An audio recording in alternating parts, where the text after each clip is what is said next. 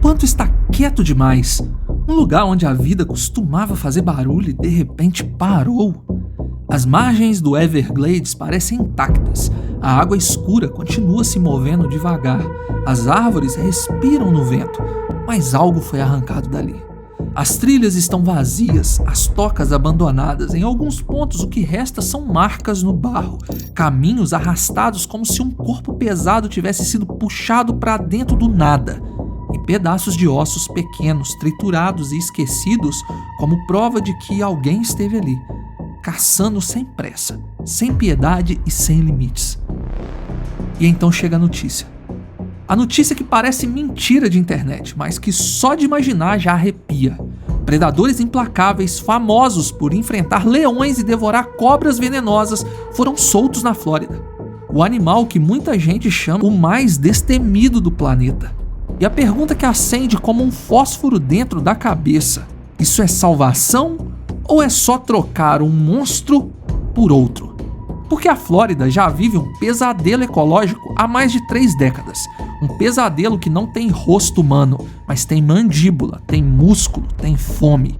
E ele se move por baixo da água, por dentro do mato, na copa das árvores, como uma sombra comprida demais para pertencer a este continente. Bem-vindos ao Ordinário, e hoje você vai entrar comigo no coração desse pântano e encarar um dilema que parece roteiro de filme, mas é o tipo de decisão que destrói ecossistemas de verdade: a invasão das pitons birmanesas nos Everglades e a hipótese extrema de lançar uma arma viva contra elas. Pode parecer genial, pode parecer inevitável, mas também pode ser o começo de uma tragédia ainda maior. Deixe seu like, se inscreva no canal e vamos nessa. Vamos voltar rapidamente ao começo do desastre, caso você não saiba o que ocorreu aqui. Nos anos de 1980, um detalhe pequeno começou a apodrecer por dentro como uma infecção. As pitons birmanesas, cobras nativas do sudeste asiático, começaram a aparecer onde nunca deveriam estar, no sul da Flórida. No início, eram tratadas como pets exóticos, descartados de forma irresponsável por um comprador que se arrependia de sua aquisição. Animais soltos porque ficaram grandes demais, perigosos demais, caros demais, inconvenientes demais. Um erro humano, um abandono, uma decisão rápida com consequências lentas e brutais. Para ajudar, um ciclone tropical colocou abaixo as paredes de lojas que vendiam esses animais. A fuga foi em massa, espalhando dezenas de exemplares de pitons pelas redondezas, e o Everglades, com sua teia delicada de vida, virou o palco perfeito para o desastre. Uma piton birmanesa pode passar de 5 metros de comprimento e pesar mais de 90 quilos. Não é uma cobra grande, é um tubo de músculo projetado para esmagar e engolir.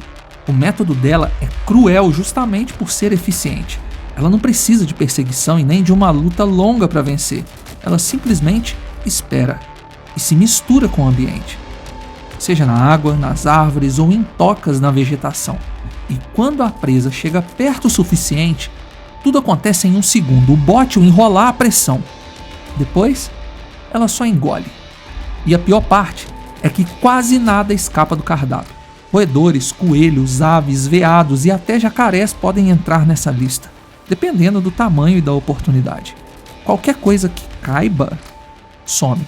E o pântano vira um mapa de ausências. Há um estudo mostrando que, em algumas áreas, cerca de 90% das populações de mamíferos de porte médio simplesmente desapareceram. Some o guaxinim, some o coelho, some a raposa, some o gambá.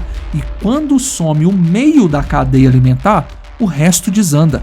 Predadores ficam sem alimento. Sementes deixam de ser dispersadas, populações de outras espécies explodem ou colapsam. O ecossistema não fica doente, ele se desestrutura. As autoridades tentaram de tudo: caçadores profissionais, competições de caça, rastreadores com transmissores, operações de remoção. Milhares de pitons foram tiradas do pântano, sim, mas isso mal arranha a superfície. É como tentar esvaziar o oceano com um balde. Você olha o esforço, respeita a coragem e mesmo assim entende que o mar não está nem percebendo. E aí nasce a ideia proibida. A ideia que seduz porque parece simples, porque parece justa. E se se a gente introduzisse um predador natural? Um animal que evoluiu para caçar cobras. Um animal que, quando qualquer outra criatura recua, ele avança. O texugo do mel, ou ratel. À primeira vista, ele não impressiona.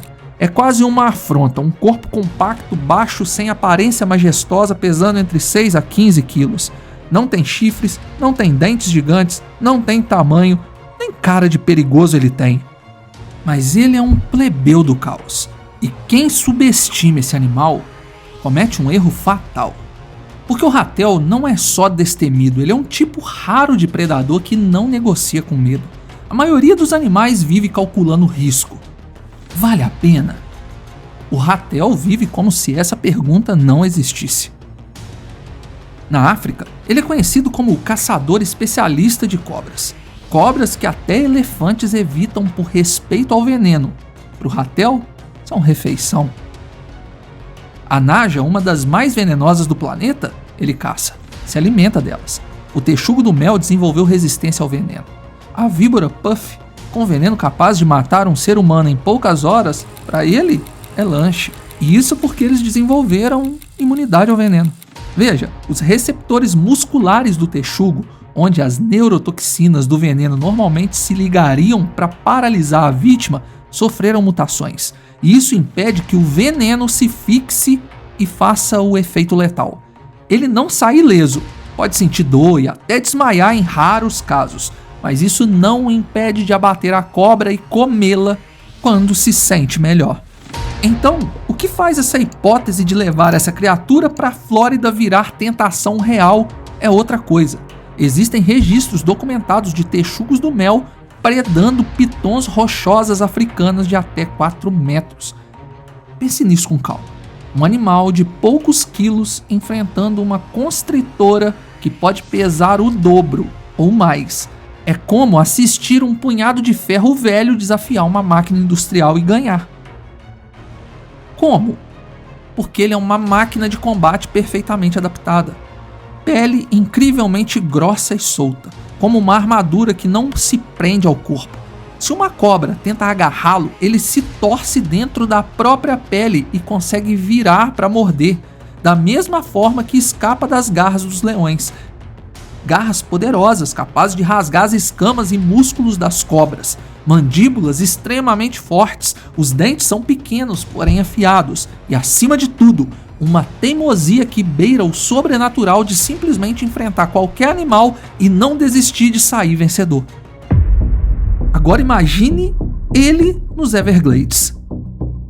Uma piton birmanesa, uma assassina silenciosa de 5 metros sentindo algo que ela não conhece. Um predador pequeno, rápido, agressivo, que não tem medo de enrolar. Não tem medo de tamanho e não tem medo de sangue. Um animal que não veio competir, veio apagar a existência dela. E é aqui que muita gente começa a aplaudir antes da hora. Pronto, achamos a solução. Se você está pensando isso agora, eu entendo, porque a ideia é tentadora, mas calma. Antes de coroar o ratel como o herói do pântano, a gente precisa olhar para o outro lado do espelho, o lado que quase ninguém quer encarar. Vamos começar pelos pontos positivos, porque sim, em teoria, existem. Primeiro, texugos do mel são predadores generalistas, mas têm uma inclinação forte para répteis. E na Flórida eles encontrariam nas pitons birmanesas uma substituição plausível para as pitons rochosas africanas, que já estão acostumados a caçar. Não seria uma presa totalmente fora do repertório. Seria, em certo sentido, uma guerra familiar. Segundo, eles são extremamente adaptáveis, conseguem viver em praticamente qualquer habitat, do deserto à mata densa, desde que exista presas. O Everglades não é um problema para um animal oportunista. É um buffet alagado e cheio de comida. Terceiro, eficiência. Um único ratel pode patrulhar um território considerável e eliminar várias cobras ao longo da vida. Só que na natureza o preço do especialista quase sempre aparece em outra conta. E aqui entra o lado que transforma essa ideia de genial em catástrofe anunciada. Texugos do mel são generalistas, eles não comem só cobras. Eles comem o que conseguem matar, e isso num ecossistema já fragilizado é um pesadelo.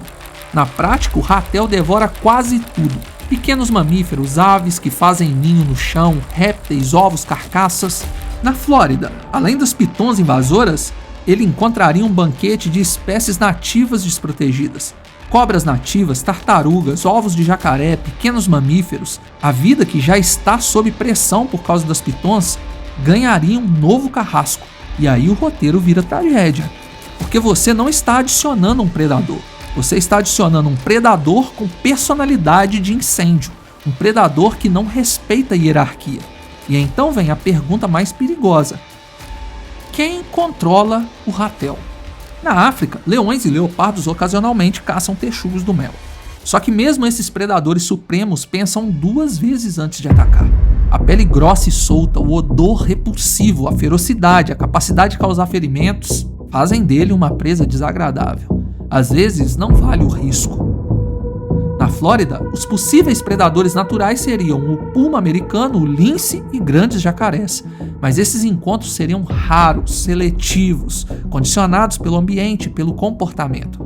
Linces e jacarés não vivem caçando ratel como parte normal do cardápio. E o puma, apesar de poderoso, tende a ser mais seletivo do que um grande felino africano pressionado por competição. Ou seja, você solta o ratel e pode não haver ninguém eficiente o suficiente para manter a população dele sob controle. E aí, o pântano ganha um novo problema. Em poucas gerações, você não estaria mais falando de introduzir um predador para reduzir pitons. Você estaria falando de uma nova espécie invasora dominando o sul da Flórida que consegue escapar de todos os predadores graças a uma pele grossa e escorregadia. A gente teria trocado um monstro comprido e silencioso por um monstro pequeno e incansável. E infelizmente, esse filme já passou em telas reais. A história da conservação está cheia de soluções brilhantes que viraram pesadelos. Na Austrália, introduziram o sapo cururu para controlar besouros que atacavam plantações de cana-de-açúcar. Resultado? Uma invasão de sapos venenosos devastando ecossistemas até hoje. Predadores locais tentam comê-los e morrem envenenados.